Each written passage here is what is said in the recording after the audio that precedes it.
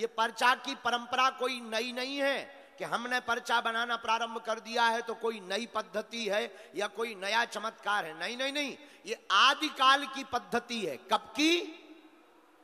सतयुग की पद्धति है। पूछो कैसे? पूछो। सबसे पहले पर्चा बनाने की पद्धति को महर्षि वाल्मीकि जी ने प्रारंभ किया था। किसने? वाल्मीकि जी ने। जब रावण का अत्याचार बढ़ा था, पाप बढ़ गया था, तब कागज के ऊपर महर्षि आदि कवि वाल्मीकि जी ने लिखकर रख दिया था कि इस धरती पर रावण का वध करने के लिए दशरथ नंदन स्वयं प्रभु राम होंगे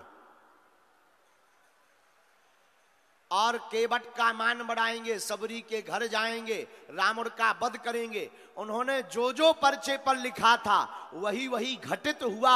वही पद्धति हमारे सन्यासी बाबा ने पाई, वही हमारे दादा गुरुजी ने पाई, वही गुरुदेव के प्रसाद से छोटी मोटी कृपा इस नालायक मूर्ख को मिली है। ये वही पद्धति है, जो पर्चे पर लिख दिया जाता है वही होकर के रहता है।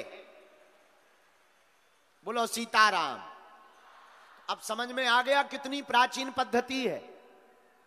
इसीलिए यह कोई नई पद्धति नहीं है, ना कोई चमत्कार है।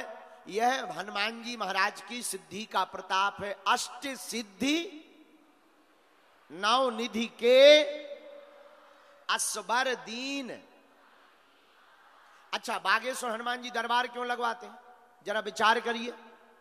हमारा मानना है वर्तमान में अधर्म बहुत बढ़ रहा था, सनातन के ऊपर उंगली उठाई जा रही थी, संतों को पाखंडी और मूर्ख बताया जा रहा था, सनातन को शक्तिहीन बताकर हू-हा वाले दरबार लगा रहे थे, फूफा वाले। अब समझ जाओ, हम नाम नहीं लेंगे वरना उनको मिर्चा लग जाएगी। वो दरबार लगा करके भोले भाले हिंदुओं का धर्मांतरण कर रहे थे।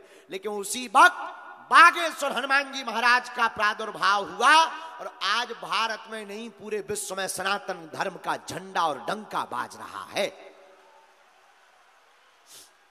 बड़े बड़े विधर्मी, बड़े बड़े बुद्धिमान, बड़े बड़े तार्किक, बड़े बड़े विद्वान, बड़े बड़े साइंटिस्ट, बड़े बड़े वैज्ञानिक बागेश्वर धाम पर खोज करने आए, बुद्धि लगाने आए। उनकी ठठरी बढ़ गई। अंत में वो भी बोले कुछ ना कुछ तो। अब वो कुछ ना कुछ और कुछ नहीं, बागेश्वर हनुमान जी महाराज का प्रभाव है और सनातन धर्म की सिद्धियों का चमत्कार है। बोलो जय सिया राम। जिनके बल पर हम धर्म विरोधियों को ललकारते हैं, जिनके बल पर हम धर्म विरोधियों की ठटली बारते हैं, तुम भी उन्हीं बागेश्वर बालाजी के सामने खड़े होकर के कह देना, बस बहुत हो गया, अब नहीं हमें भटकना, आज से तुम हमारे और हम तुम्हारे हो गए हैं। परिणाम, आपका पर्चा भले ही ना बने, हमसे भले ही ना मिल पाओ, हम तो मूर्ख और नालायक हैं। मेरे पागलों, तुम्हारी जिंदगी में जब जब संकट आएगा, संकट मोचन बनकर के बागेश्वर बालाजी की सेना तुम्हारे साथ खड़ी नजर आएगी। हनुमान जी महाराज संकट मोचन है। कौन सो संकट मोर गरीब को जो तुमसे नहीं, बेगे हरो हनुमान महाप्रभु जो कछु संकट होए हमारो, को नहीं जानत है जग में कपि संकट मोचन नाम तिहारो। ऐसा कौन सा संकट है जो हनुमान जी दूर ना कर पाए? तुम अधैर्य मत हो, तुम घबराओ मत, भागो मत, जागो। तुम गुरुओं के चक्कर में मत पड़ो, हमारे चक्कर में मत पड़ो, टोटकों के चक्कर में मत पड़ो। पढ़ना ही है तो बागेश्वर हनुमान जी के चक्कर में पढ़ो। या तो तुम हनुमान जी को मानना छोड़ दो, हनुमान चालीसा पढ़ना छोड़ दो, या आज के बाद दरबार में ही अपने आप को बागेश्वर हनुमान जी पर छोड़ दो। परिणाम, कभी भी लौटकर तुम्हारे ऊपर संकट आने वाला। बोलो बागेश्वर धाम की।